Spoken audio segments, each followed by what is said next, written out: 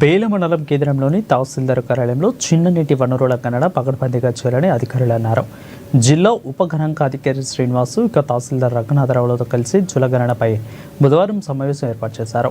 మండలంలోని చెరువులు, వ్యవసాయ బోర్లు, బావుల గణన పకడ్బందీగా చేపట్టాలని దిశానిర్దేశం చేశారు. చిన్న నీటి వనరుల గణన అన్ని గ్రామాల్లో పకడ్బందీగా చేయాలని శ్రీనివాస్ ఆదేశించారు. ప్రణాళిక ప్రకారం పూర్తి చేయాలని అన్నారు. 2000 హెక్టార్ల లోపు విస్తీర్ణం ఉన్న జలవనరుల గణన మొబైల్ అప్లికేషన్ ద్వారా చేయాలని ప్రభుత్వం ఆదేశాలు జారీ చేసిందని వెల్లడించారు. మండలంలోని అన్ని చెరువులు, కుంటల, ఇతర జలవనరుల వివరాలు సేకరించడంపై ఎన్యూమరేటర్లకు ఆయా తహసీల్ కార్యాలయాల్లో త్వరలో శిక్షణ కూడా ఇస్తామని అన్నారు. ఇక ఆయా శాఖల అధికారులు సమన్వయంతో పనిచేసి గణనను విజయవంతంగా పూర్తి చేయాలని ఆదేశించారు.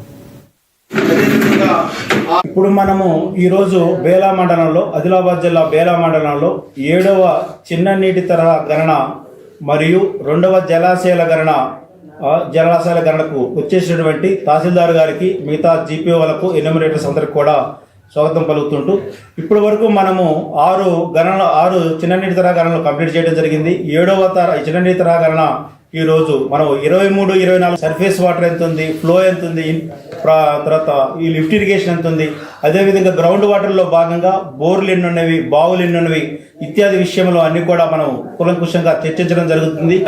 యాప్లో భాగంగా డౌన్లోడ్ చేసుకొని ఆ యాప్ను తీసుకొని మనము ఈ గత 5 సంవత్సరాల్లో కొత్తగా వచ్చినటువంటి బోర్లను, బావులను మనం లెక్కించడం జరుగుతుంది. దీనికి మా ఎన్యూమరేటర్లుగా ఫీల్డ్ అసిస్టెంట్స్, టెక్నికల్ అసిస్టెంట్స్, అదేవిధంగా జీపీఓలు వీళ్ళందరూ కూడా గ్రామాల్లోకి వెళ్ళి ఆ గ్రామాల్లో ఫార్మర్స్ దగ్గరికి వెళ్ళిన తర్వాత అక్కడ ఫార్మర్స్ ఆ పేరు, వాళ్ళ యొక్క సర్వే నెంబరు, వాళ్ళ యొక్క ప్లాట్ నెంబరు, వాళ్ళ యొక్క మేలు, జెండర్, ఆ సోర్స్ దగ్గర వాళ్ళకు మనం జియో ట్యాగింగ్ చేయడం